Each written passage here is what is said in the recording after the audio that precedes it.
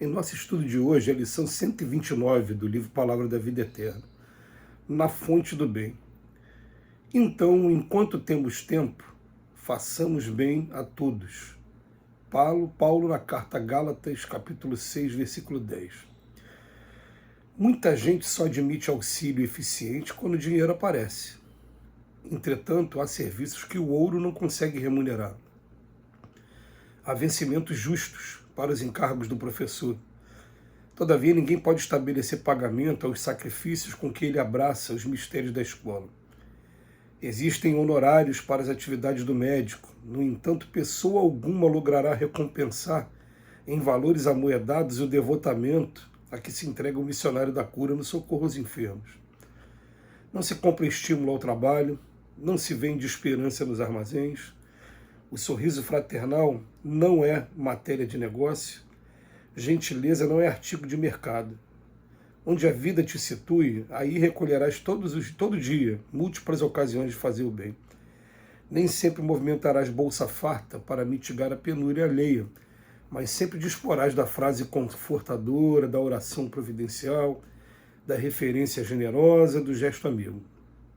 O apóstolo Paulo reconhece que, às vezes, atravessamos grandes ou pequenos períodos de inibições e provações, pelo que nos recomenda, enquanto temos tempo, façamos o bem a todos.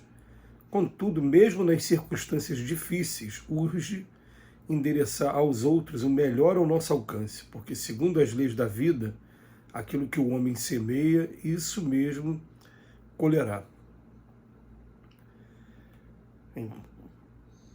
Paulo hoje veio falar de duas funções aqui na nossa sociedade que são os mártires da modernidade. Por que os mártires da modernidade, né? Ele vem fazer comparação com o professor e o profissional da área médica, o enfermeiro, o médico de maneira geral. E esses dois, eles amando realmente a profissão e fazendo a profissão da melhor maneira, com o coração, eles estão com grande oportunidade de evolução espiritual, assim, impressionante mesmo. Por exemplo, a gente pode trazer como referência o livro Obreiros da Vida Eterna, de André Luiz. Ele conta uma história de 4 espíritos, 4 trabalhadores de nosso lar, e entre eles uma enfermeira, a enfermeira Luciana. E ele até fala assim, essa enfermeira, por tanto amar os pacientes e fazer o trabalho com carinho, com cuidado, ela desenvolveu uma clarividência nela, clarividência com relação aos pacientes. Já antecipar e saber o que o paciente está sentindo para poder estar cuidando do paciente da melhor maneira. Ela acabou desenvolvendo essa capacidade. O estudo de hoje, ele começa dizendo o seguinte, né? Que muita gente só admite você entrar num trabalho no bem quando o dinheiro aparece. E a gente tem um estudo na doutrina espírita que fala da caridade moral e da caridade material. A caridade material é a mais fácil e costuma ser até vamos colocar assim, aquela que ajuda, mas normalmente não cumpre ainda o principal objetivo da caridade. Por quê? Porque o principal objetivo da caridade é colocar a gente em contato com o ser humano e, com isso, enternecer os nossos corações. A verdade é essa.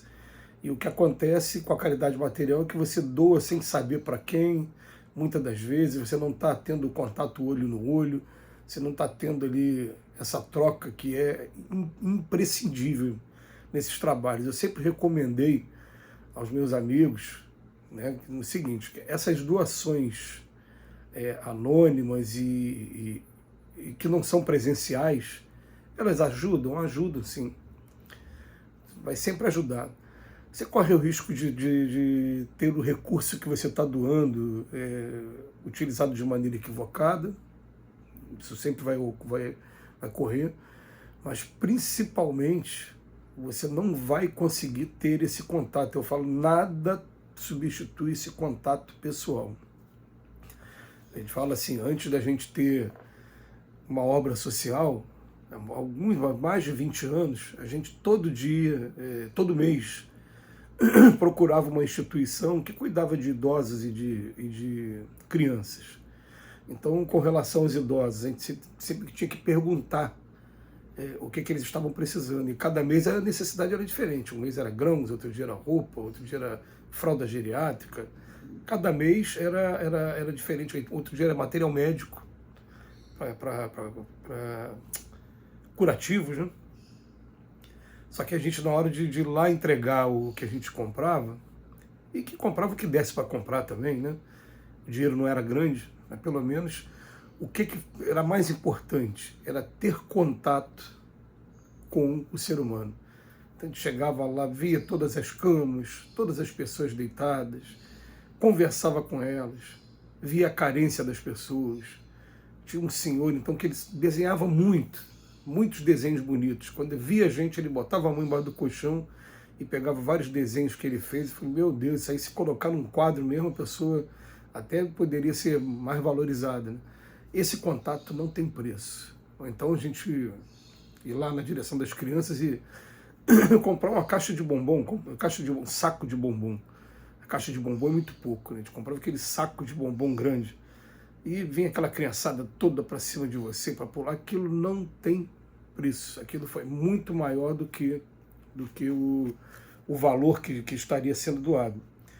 Então ele vem falar assim, ó, entretanto há serviços que o ouro não consegue remunerar. Eu falei, claro, de uma instituição, mas o problema é que você vai encontrar na sua família ou em amigos muito próximos pessoas que estão precisando simplesmente de uma conversa amiga e de um pouquinho de atenção também. A ideia é essa, né? Então ele bota aqui para a gente que há vencimentos justos para o encargo do professor, tudo bem, mas ninguém pode estabelecer o pagamento aos sacrifícios que ele abraça na escola. E também ele fala do honorário médico, né? Pessoa alguma logrará recompensar em valores o devotamento que ele tem. E ele começa a falar sobre algumas coisas que a gente pode, né, e deve estar fazendo o tempo todo. Estímulo ao trabalho, esperança nos armazéns, o sorriso fraternal, gentileza. E ele vem falando, ó, isso deve ser a regra em nossas vidas, para quem está querendo buscar realmente ter um contato maior com o ser humano e ter o coração renovado. A verdade é essa. A gente começa a olhar para as pessoas e ver, procurar enxergar além das pessoas. Eu me lembrei, por exemplo, de uma pessoa que todas as vezes que ela me via na rua, ela falava palavras deselegantes, ela vinha às vezes com piadas muito chulas, né? E aquilo me incomodou durante algum tempo, até eu começar a pensar e falar, peraí, o que essa pessoa está querendo? Aí me bateu aquele estado, falou, na verdade ela quer se aproximar, ela quer se comunicar. Então a primeira vez que ela falou comigo, né, depois que eu tive esse insight, o que acontece? Ela falou comigo e eu retribuí, comecei a conversar, aí ela se abriu e começou a falar um monte de coisa, né? Vinha com as piadas pesadas de vez em quando, vinha, né? Porque aquela era a única maneira, o único recurso que ele tinha para querer chamar a atenção. Mas depois começamos a dar uma caminhada juntos, aquela caminhada matinal, fazendo exercício, e começamos a conversar, e eu falei, meu Deus, na verdade eu estava me fechando porque a pessoa ela não tinha muita coisa que oferecer, além daquelas palavras, né, fazendo críticas, contando piadas. E na verdade ele queria chamar atenção. Então o que acontece? Muitas das vezes a gente vai passar por períodos de inibição financeira, e essa inibição financeira ela vai ser até boa para que a gente possa despertar, desenvolver na gente essa capacidade de lidar com o ser humano, de lidar em paz com todos, de reconhecer os direitos, também reconhecer as obrigações também, e reconhecer esses momentos emocionais que todos nós temos. Então ele bota aqui para a gente, o apóstolo Paulo reconhece que às vezes atravessamos grandes ou pequenos períodos de inibições e provações, mesmo assim ele recomenda, enquanto temos tempo, façamos o bem a todos. Contudo, mesmo nas circunstâncias difíceis, urge endereçar aos outros o melhor ao nosso alcance. Porque segundo as leis da vida, aquilo que o homem semeia, isso mesmo ele colherá. né? Então fica a mensagem de Paulo para a gente, que Jesus nos abençoe hoje e sempre.